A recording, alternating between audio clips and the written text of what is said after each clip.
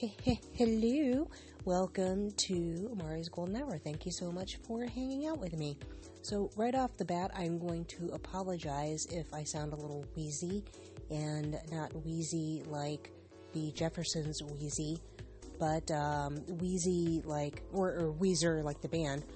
But it's I think it's just the allergies that are acting up, as they usually do around this time every year. And even though, yes, I do wear a mask whenever I do go out and about in public, the pollutants will do its thing. You know, the Santa Ana's, it's wind whipping around, and sometimes you can't fully escape it. So I am just navigating those waters, and I apologize if my voice is a little bit very white-ish and all kinds of deep and rumbly. So my apologies. But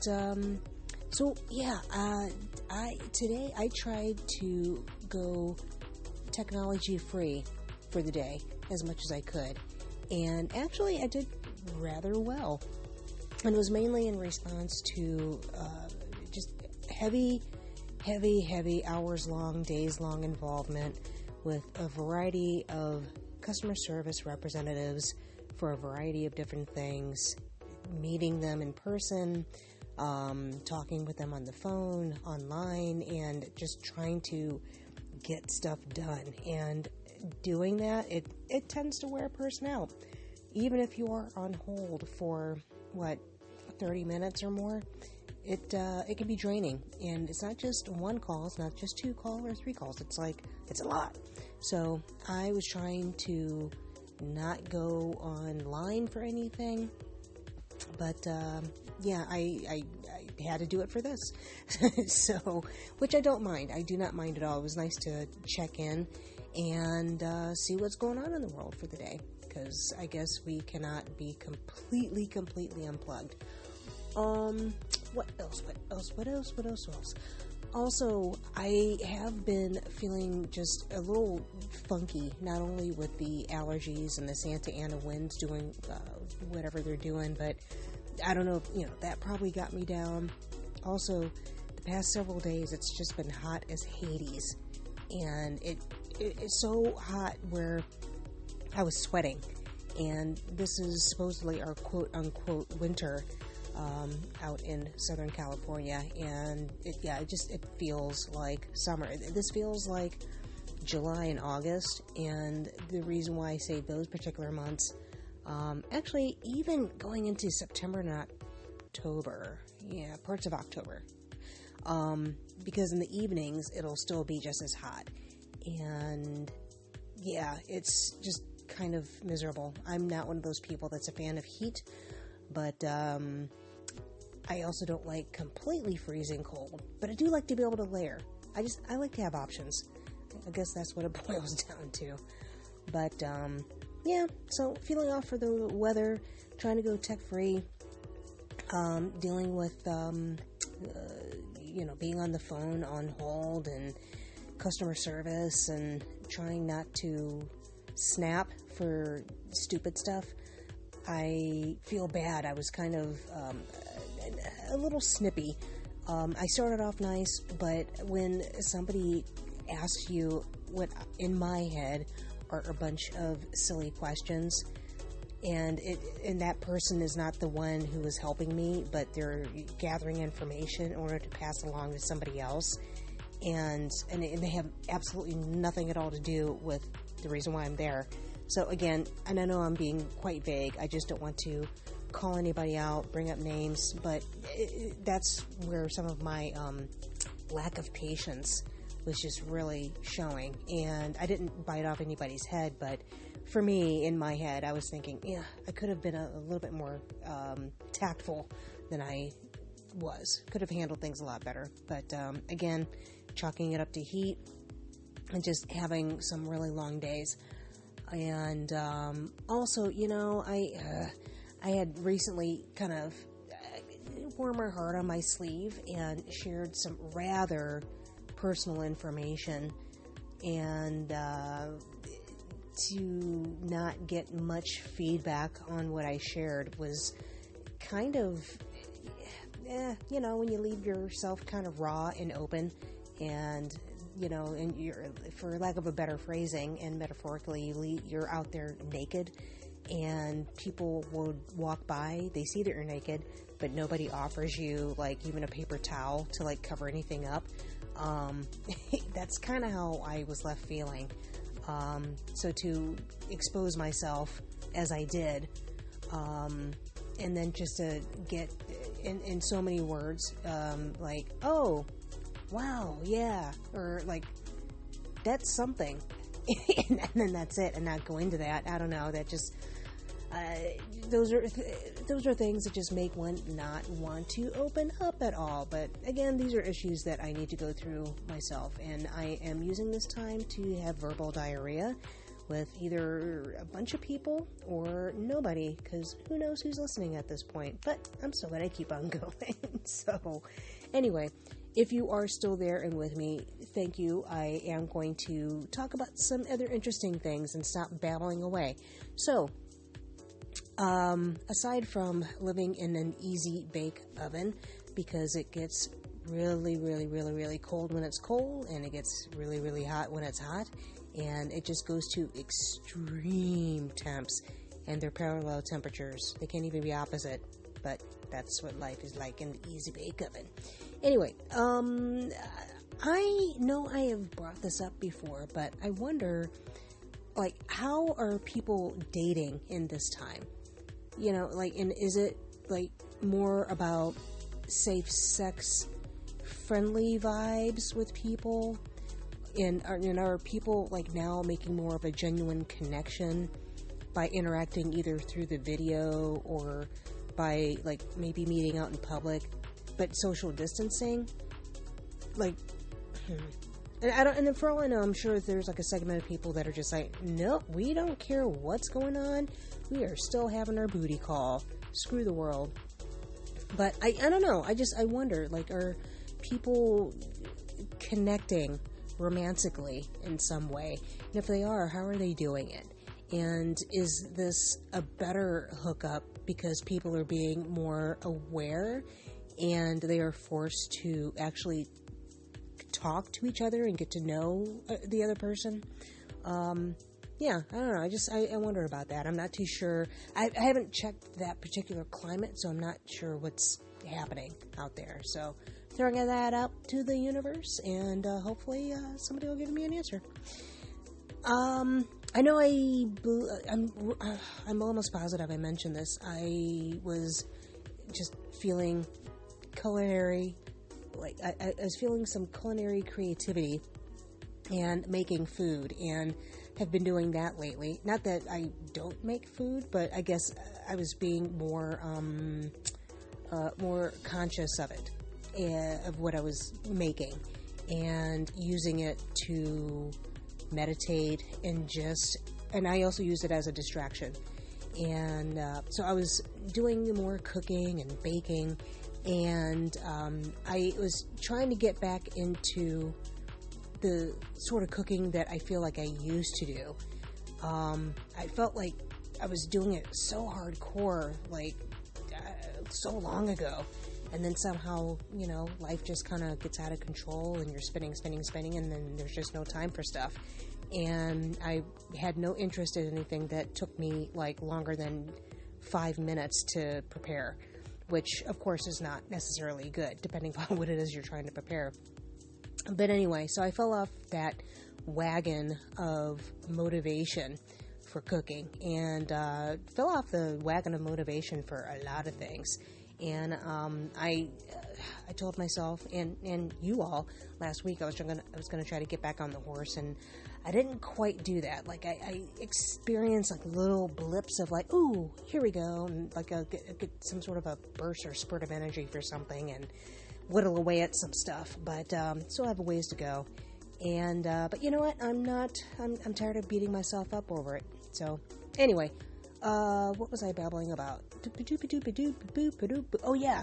So I was inspired to I made an omelette, which I know that sounds simple and silly, but this was like a Julia Childs inspired omelette. And I gotta tell you, That omelet was delicious. I didn't think that I would like it because normally I'm like, I have a certain way that I would make scrambled eggs, and then I also haven't made an omelet in a while. I would just like deal with scrambled eggs, and even then I'm adding all kinds of stuff to it and throwing on all these veggies and things. But I decided to follow the method that Julia Childs does for her omelet, and I tell you what, that thing was delicious, and it was oh so simple. So that is going to be my little go-to for a minute. And yeah, it's man, it was so good. From that, I was checking out clips on, I think it might have been a BuzzFeed thing, and it was they have some sort of a series of testing out foods from different people. Like it's one of them was, for example, it'll be I'm trying to think. I don't know if they did pancakes. I think they might have done or maybe it's breakfast. But let's just say scrambled eggs. And so they would pick 5 celebrities, and they do like a blind taste test of the scrambled eggs that were prepared by one chef. But that chef followed the recipes to the exact specifications of that chef, or as best as he could if he didn't have the exact recipe. And so that's where I ended up getting my Julia Childs omelet from. And I thought, you know what, why not? Because all the other stuff that I saw for other foods that were recreated, I just didn't have all of it. And even for like a toasted cheese sandwich, which I know is simple, it's like I just didn't. I do have cheese, but it's like an aged Swiss cheese, which, yeah, I can make a toasted cheese sandwich from that, but just not the same, and you know it. What else? And I think I mentioned how I made eggnog waffles, because I had a little, the cutest little waffle maker that was given to me as a Christmas gift by my sister, and so I of course had to use it, and the eggnog waffles were awesome, absolutely awesome. And I also made eggnog cookies with an eggnog frosting that didn't have the powdered sugar. Those things were good, and which actually the eggnog cookies, just because of how they turned out more cakey, which if I knew, well, I have a rough idea of why they are more cakey, as like less cookie. But but I made do with what I had, and I ended up turning it into more of like a tres leche by adding oat milk to it. And man, that stuff was delicious. Ready for dessert. Anyway, then I made the rolls from scratch, and there was something else I thought I made, but now I can't remember. But I am inspired to try some other cookies. I ended up getting a care package of some really delicious cookies, and now I am inspired to try to recreate them. But I don't know. I may hold off on that just because it's been so hot that I really don't feel like using my oven at all, even though I do have some stuff I will be forced to use my oven on because otherwise the food will expire. But yeah. So the next thing I do plan on doing is just utilizing some of the cooking appliances that I have. Like I do have one of those crock pots, which I haven't used in ages, just because of the amount of food that will come out of that, and also just the weather, the time, all that stuff. But yeah, I think I'm going to try to bust those things out. Hopefully next month it'll cool down and it will be not quite 90-degree weather next month. That's the hope anyway. But yeah, we'll see. So using things that I've had for ages and haven't used because either because of heat, time, and also just not having the motivation because I'm not entertaining a crowd of people. So, but yeah, I think maybe next month I'll just say screw that and just use the stuff. What else did I want to share? Ooh, so I came across another author. Her name is Jasmine Guillory, And I don't know if she's an author who, you know, everybody's like, oh yeah, of course I know of her, heard about her like 10 years ago, or if she's new. I'm thinking that she's a relatively new author. She's another author that I stumbled across recently who has characters in her novels of different races, and I love it just because, you know, there's different ethnicities in there, and then same-sex relationships, and touches on matters and things that we think about within our own race but don't necessarily say in the general public, and because we don't want to have people feel uncomfortable. But I love the fact that she is putting this to paper and putting it out there, and it's very well written, and it's a page turner. The very first she has a 5-book series, and the first one is called The Wedding Date, and it's cute. It is really cute. It's a very quick read, or you can stretch it out, depends upon, you know, your speed of reading. But yeah, it's, you know, cute jacket covers. The novels so far, from what I'm reading, really good.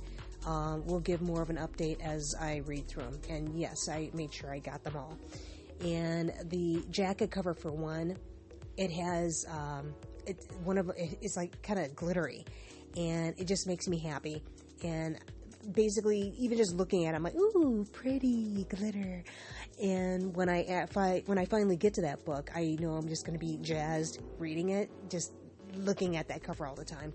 And I know that sounds silly, but I don't know, little things like that make me happy. So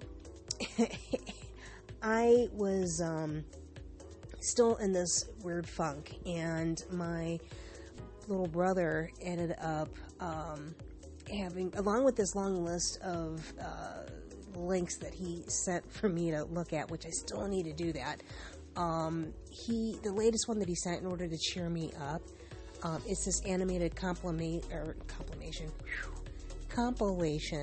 of clips, and it's titled Cyanide and Happiness, and it's by Explosum Entertainment. Not Explosion, but Explosum, EXPLOSM Entertainment, yeah, and it's all one word. And so I really did needed some cheering up, which I didn't voice that to him, but he knew that I needed it, and I was feeling low, and so to cheer me up, he sends me, I mean, the animated stuff is like dark and twisted, and so for him to send me this dark, twisted stuff, I love it, and I love him for doing that. Definitely check out Cyanide and Happiness, and let's see, I think the compilation I saw was like maybe number 30 something, I think. So there are going to be plenty of them to look at.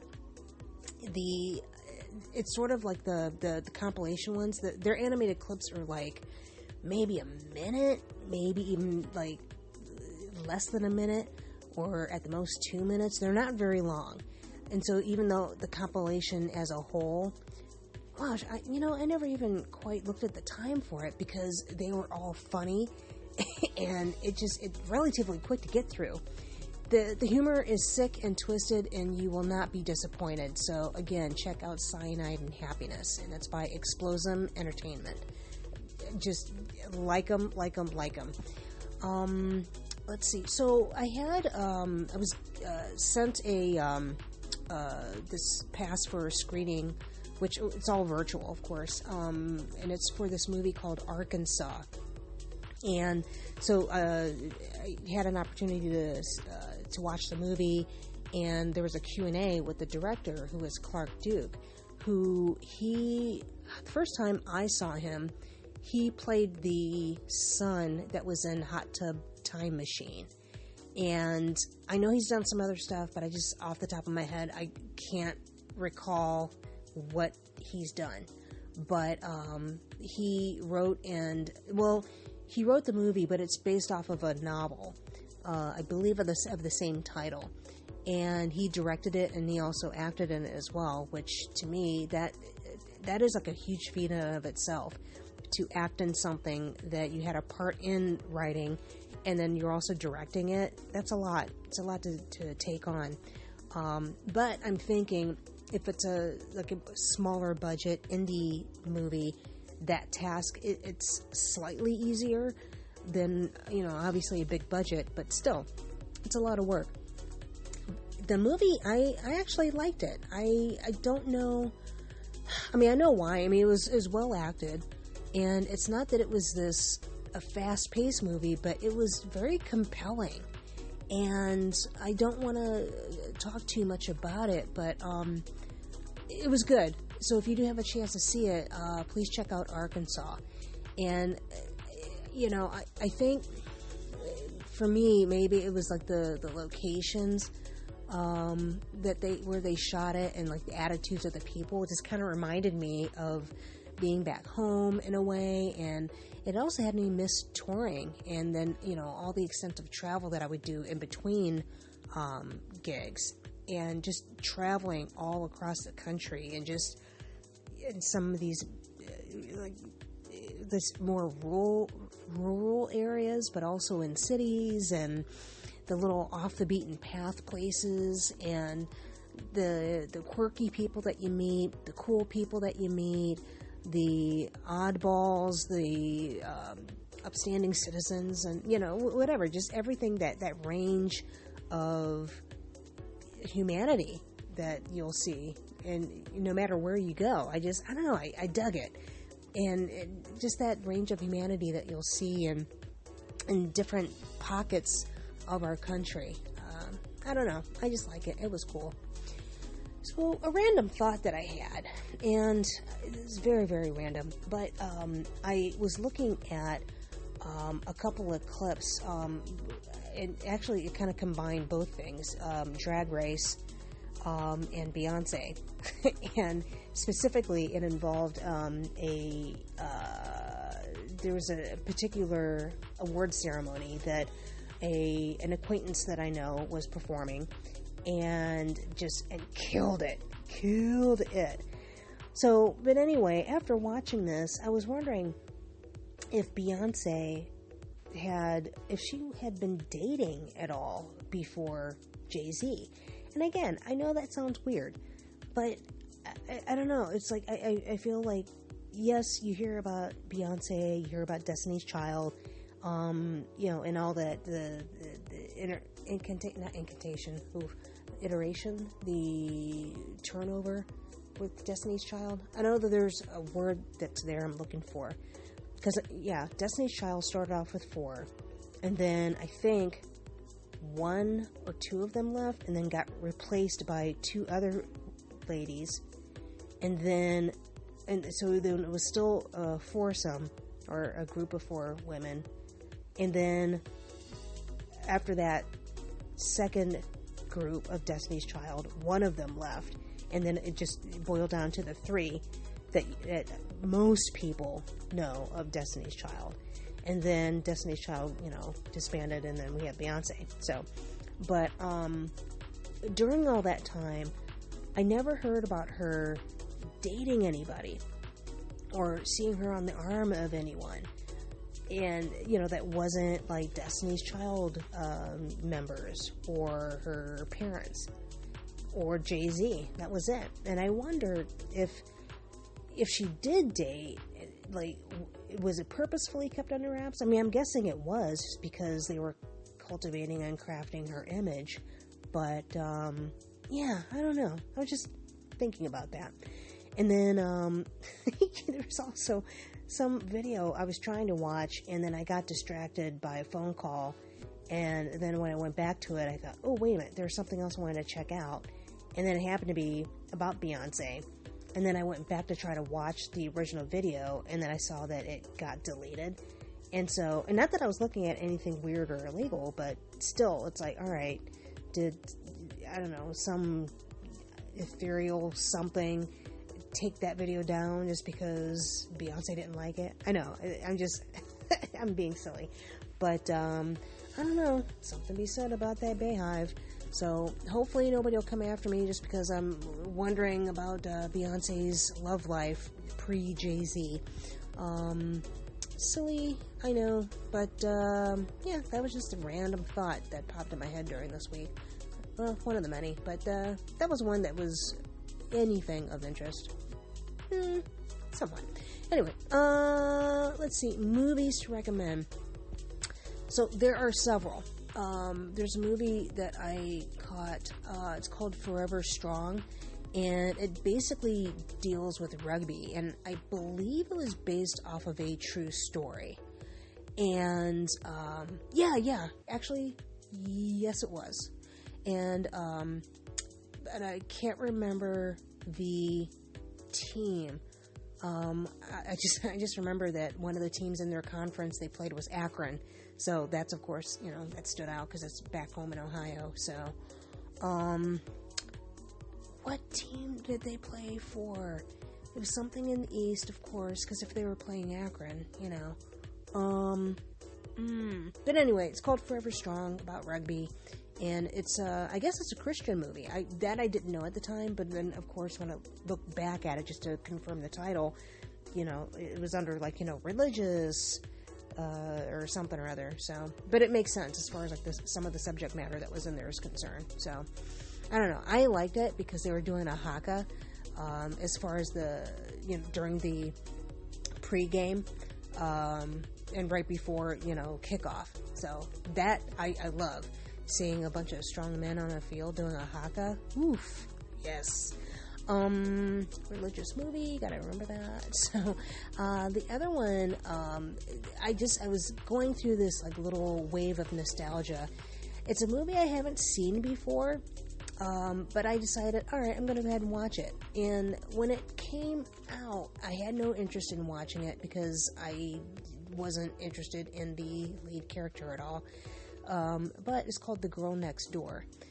Came out in 2005. And, it was one of those where I'm like, alright, fine, I'll watch it. And, I don't know, there's some, crude and stupid, juvenile behavior that's in it that a lot of things wouldn't fly today, but I enjoyed it for even though 2005, really not that long ago, but in some ways it feels like forever ago.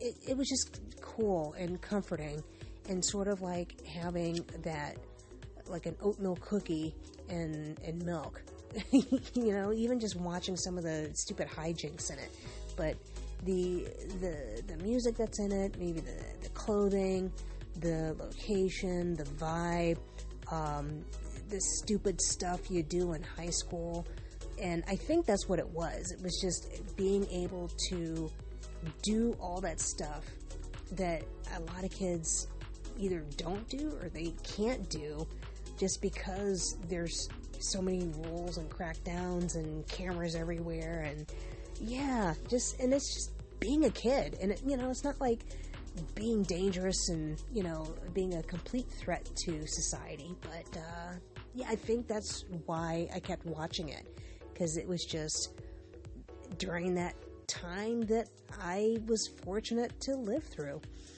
So, Girl Next Door, check it out. If you feel like having a bit of memory lane, nostalgic, oatmeal cookie and milk vibe. Let's see, another movie I came across, it's a sci-fi action thriller called Precognition, which it's a combination of that movie that with Tom Cruise. Why can't I think of it? Minority Report and The Matrix. Best way I can describe it. It's like the low budget indie version of those two movies. And I think it's based in England. There's a lot of British actors that are in it. Or at least they sound British. And they could be from other countries, but they decided to have a English or British accent. Let's see. Soul Plane. I had never seen Soul Plane, ever, and at the time that it came out, I'm like, ugh, really, we're gonna have this, and I was not having it. I just felt it was one of those glorifications of all things blaxploitation, and I just thought it'd be silly and stupid. And I watched it, and surprisingly, I loved it. Absolutely loved it. And yeah, there were some of those stupid gags that were in there, but I don't know if it's like just that gap in time, or maybe it was my mood, who knows, but even for all the stupid stuff that's in it, I enjoyed it.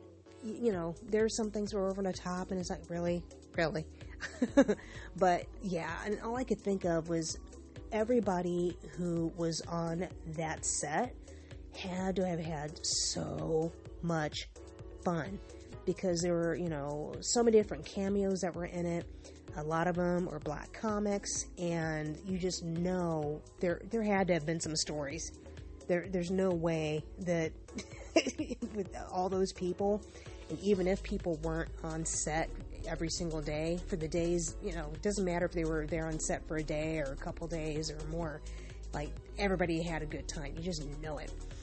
Let's see, another movie I watched, Valentine, the Dark Avenger.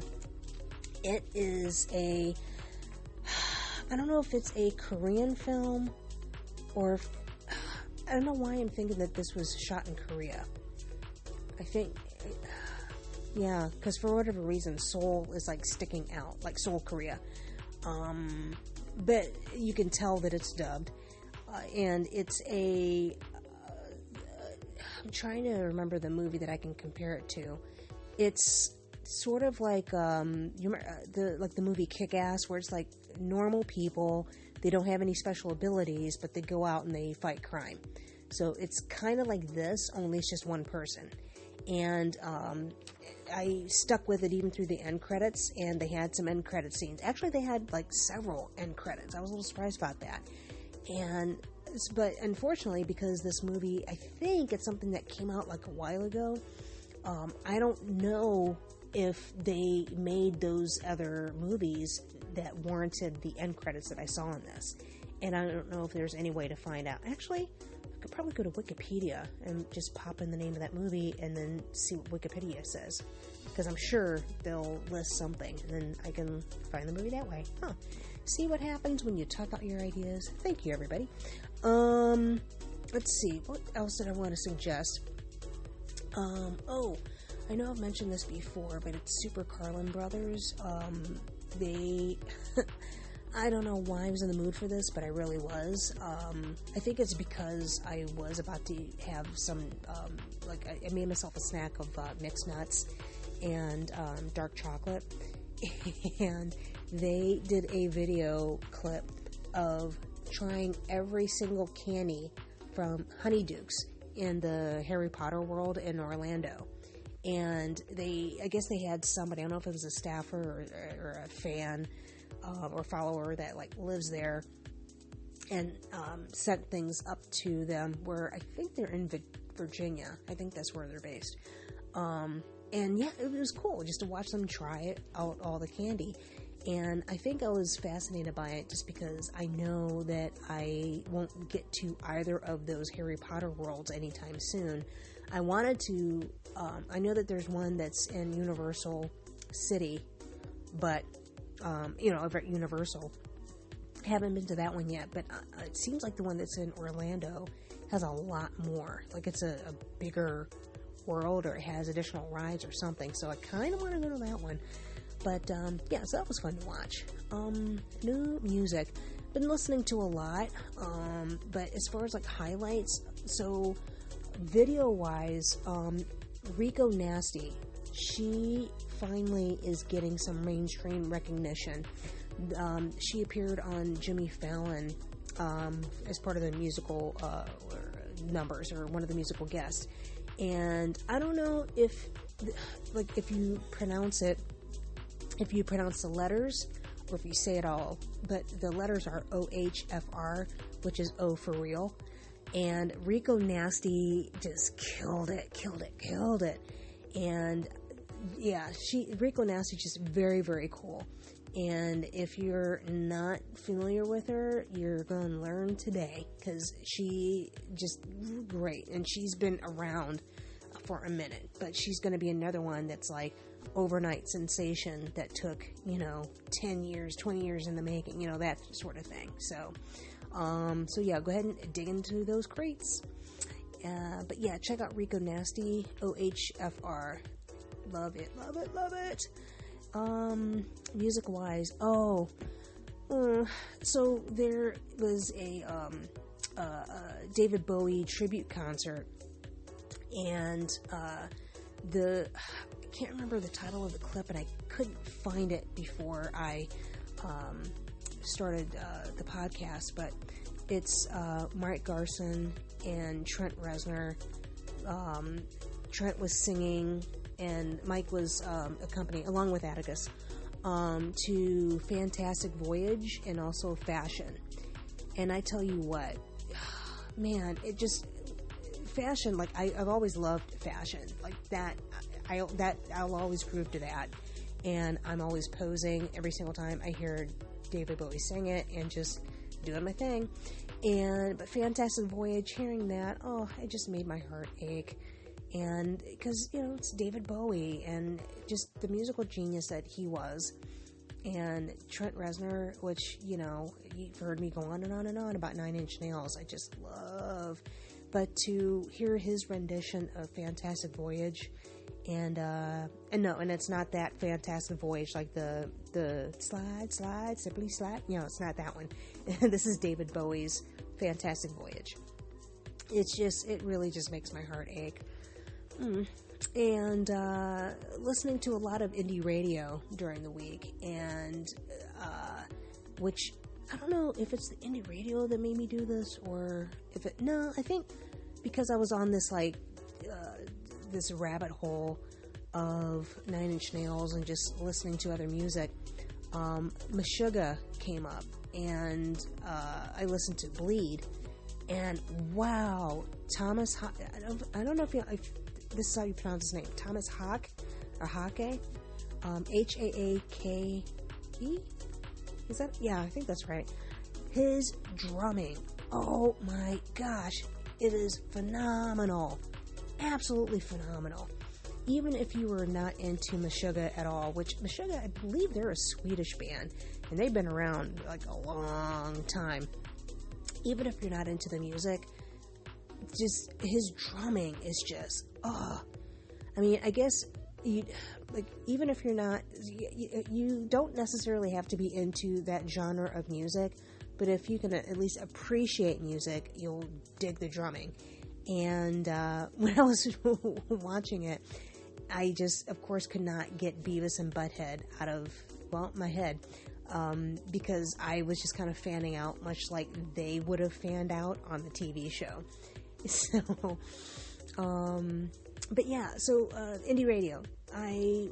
Some of the music that popped up on indie radio that just really, it was sort of like taking that whiff of the oatmeal cookies that are baking in the oven, and then it just kind of takes you back to a time. That's what I was getting listening to this music. And one of them, just not even one, but several, like hearing, Faith No More, Midlife Crisis, by Faith No More, Backwater with the Meat Puppets, Destiny 07, and then, Sarah Bareilles, Love Song. That song, I remember it playing in 2007, but I also remember it was, came out during the same time as this movie that, Alec Baldwin and Sarah Michelle Gellar were in, called Suburban Girl. And that movie, I remember I'd watched that movie, several times over. And there's something about it that had me watching it and not getting tired of watching it. Just, I don't know if it's because it's in New York and just that vibe of New York, like that Upper West Side kind of feel. All those things that are unrealistic because, the rent is so expensive there. And housing just, but, that was the opening song in that movie, and it just set the tone of the film. And I don't know, the music that they used for that was just incredible. I loved it, and it was good through and through. And just there was some heart aching moments that were in there, and yeah, it's up there with one of my favorite films to watch over and over. Let's see, what else was I listening to? Where was it? What was it? Oh, I was listening to the Dead Milkmen, Punk Rock Girl, and I hadn't heard Dead Milkmen like in ages. It was just fun going down that particular wave. And Beastie Boys as always. I mean, Beastie Boys anything, and then like Sucker MCs, Run DMC, just I don't know. It again, all of it just had me thinking of a simpler time, which I know I feel like that phrase is cliche probably and played out, but well, just it's what I got for right now. And with that, I will wrap this up and end just by reminding everyone, including myself, just by saying this because I need to do it more often, is just to breathe and meditate and relax and just make that part of your daily mini self-care. And with that, enjoy your golden hour.